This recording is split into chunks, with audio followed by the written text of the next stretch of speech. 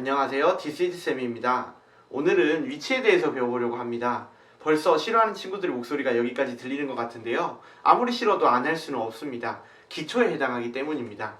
여러분들이 수학을 제일 처음 배울 때 1, 2, 3, 4 쓰는 법부터 먼저 배우고요. 국어를 배울 때도 가나다라 아야어야 먼저 배웁니다. 영어를 배울 때도 ABCD 먼저 배우고 화학을 배울 때도 원소기호는 먼저 배워야 됩니다. 마찬가지로 지리를 이해하기 위해서는 기초적으로 위치가 반드시 필요합니다. 그래서 오늘은 위치에 대해서 먼저 살펴보도록 하겠습니다. 작년에 있었던 일입니다. 한국에 있는 라트비아 대사님께서 몹시 화가 나서 대한민국 외교부에 공식적으로 항의를 하신 적이 있습니다. 이유는 대한민국 외교부 홈페이지 보도자료에 라트비아가 발칸 국가로 소개되어 있었기 때문입니다. 에스토니아, 라트비아, 리투아니아는 발트해 옆에 있는 발틱 국가입니다. 유럽의 동북부에 있고요. 과거 소련의 영향을 받았던 국가들입니다. 발칸 국가라고 하면 발칸 반도에 있는 국가를 의미하게 됩니다. 유럽의 남동부에 있고요. 과거 유고슬라비아의 영향을 받았던 나라들이 많습니다. 그래서 한글로는 한 글자 차이밖에 나지 않는데 실제로는 1500km 떨어진 완전히 다른 맥락을 가진 지역에 대해서 소개하는 셈이 되어버렸습니다. 이처럼 지리에서 위치는 아주 기초적인 정보에 해당합니다. 그러면 모든 사람들이 위치를 정확하게 알고 있어야 되는 걸까요? 선생님은 그렇게 생각하지는 않습니다. 요즘에는 온라인 지도가 엄청 잘 되어 있습니다. 각자 자기가 필요할 때 필요한 위치를 지도에서 검색해서 찾아보는 능력을 가지고 있으면 충분하다고 생각합니다. 하지만 여러분들은 그럴 수 없습니다. 왜냐하면 여러분들은 국제고 학생이기 때문입니다. 이번 위치에 대한 수업 내용은 충북고등학교 배동화 선생님과 전남사대부고 서태종 선생님의 아이디어를 많이 참고해서 제작하였습니다. 이번 수업은 아프리카부터 시작해보도록 하겠습니다.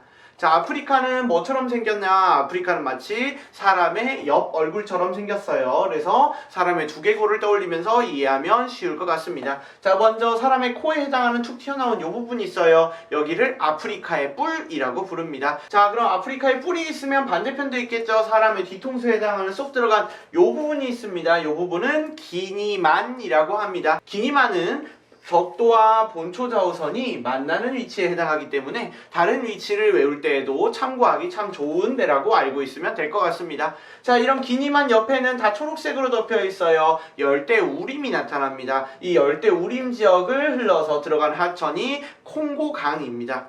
자, 이번엔 북아프리카를 볼게요. 북아프리카에 아주 넓게 서쪽부터 동쪽까지 세계에서 가장 큰 사막이 발달해 있습니다. 이 사막을 사하라 사막이라고 부릅니다. 사하라 사막은 얼마나 크냐면 미국 본토를 떼다가 여기에 집어넣으면 안에 쏙 들어갈 정도로 매우 큰 규모를 자랑하고 있습니다. 그래서 북부 아프리카랑 중남부 아프리카는 사하라 사막 때문에 통행이 자유롭지 않아서 아예 다른 문화가 나타납니다. 자, 이런 사하라 사막이 엄청 크다고 했는데 더 무시무시한 일이 있어요. 자, 열대지방에서 발원해서 이런 사하라 사막을 뚫고 지중해까지 빠져나가는 하천이 있습니다. 길이로는 세계 탑 클래스에 속한 하천 나일강이 있습니다. 자, 이 나일강의 길이는 얼마나 기냐면 무려 6000km가 넘어요. 이해가 되게 비유를 다시 해주자면 여러분들 발바닥에서 여러분들이 지구 내핵에 있는 중심까지가 한 6300km 정도 됩니다. 그 정도로 굉장히 긴 거리를 흘러가는 근성의 하천이라고 생각하면 됩니다. 사막 같은 경우는 하천이 발원하는 경우가 잘 없어서 다른 데에서 시작한 하천이 지나가는 경우가 많은데 이런 경우는 외래 하천이라고 부릅니다.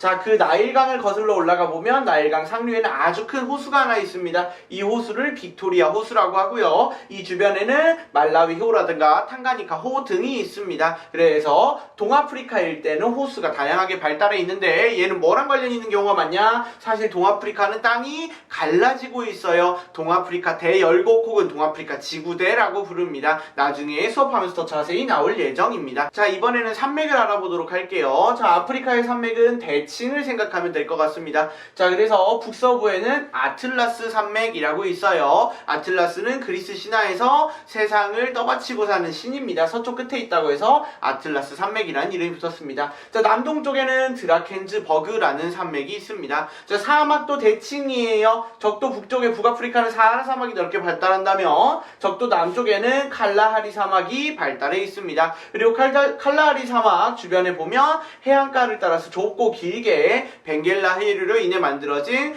나미브 사막이 있습니다.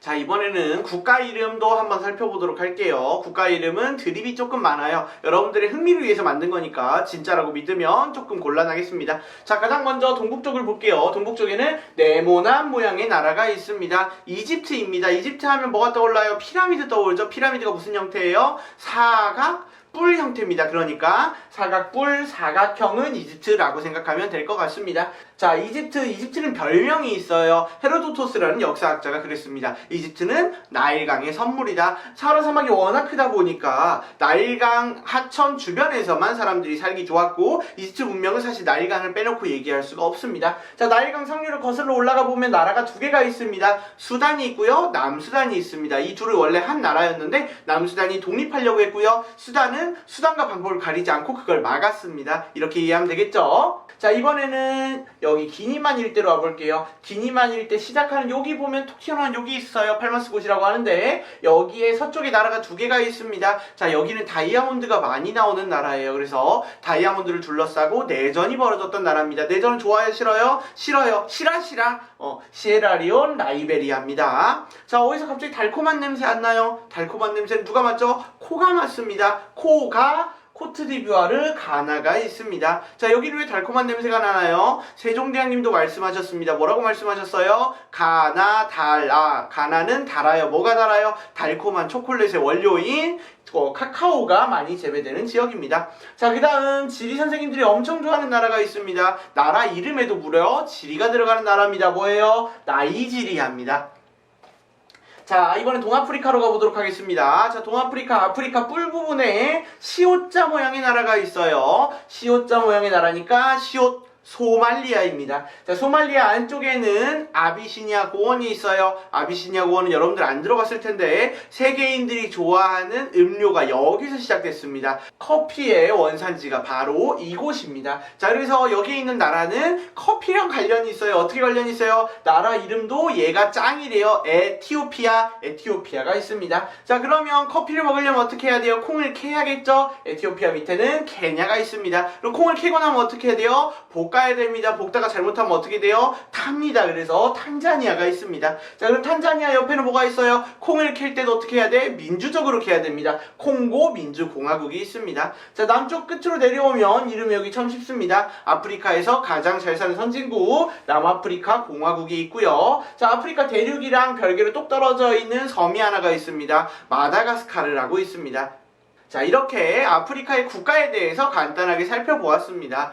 자, 여러분들이 아프리카에 있는 모든 나라를 다 제대로 다뤄주면 참 좋을 것 같아요. 예를 들어서 코트디부아르는 선생님이 코가라고 얘기를 했지만 사실 코랑은 전혀 상관이 없고 아이보리코스트 상하해안이라는 뜻입니다. 과거 여기에서 상하를 많이 약탈했기 때문입니다. 자, 마찬가지로 탄자니아도 태우는 거랑은 전혀 관련 없고요. 여기는 탕가니카오랑 잔지바르 섬의 앞글자를 따서 만들어진 나라입니다. 이런 식으로 아프리카에 있는 모든 나라들의 이름이 왜 이렇게 됐는지를 설명해주면 참 좋겠지만 아프리카 대륙은 전 세계에 있는 모든 대륙 중에 국가가 가장 많습니다. 50개가 넘어요. 그러면 그걸 하나하나 다 설명하면 여러분들이 절대로 외울 수가 없겠죠. 그래서 재밌으라고 이런 식으로 이야기를 만들어서 구성해봤습니다. 자, 나머지 외우는 건 여러분들의 몫이고요. 혹시나 기발한 아이디어 있으면 선생님에게도 알려줬으면 좋겠습니다. 자, 그러면 이번 아프리카는 여기까지 하도록 하겠습니다. 수업 듣느라 고생했어요. 안녕.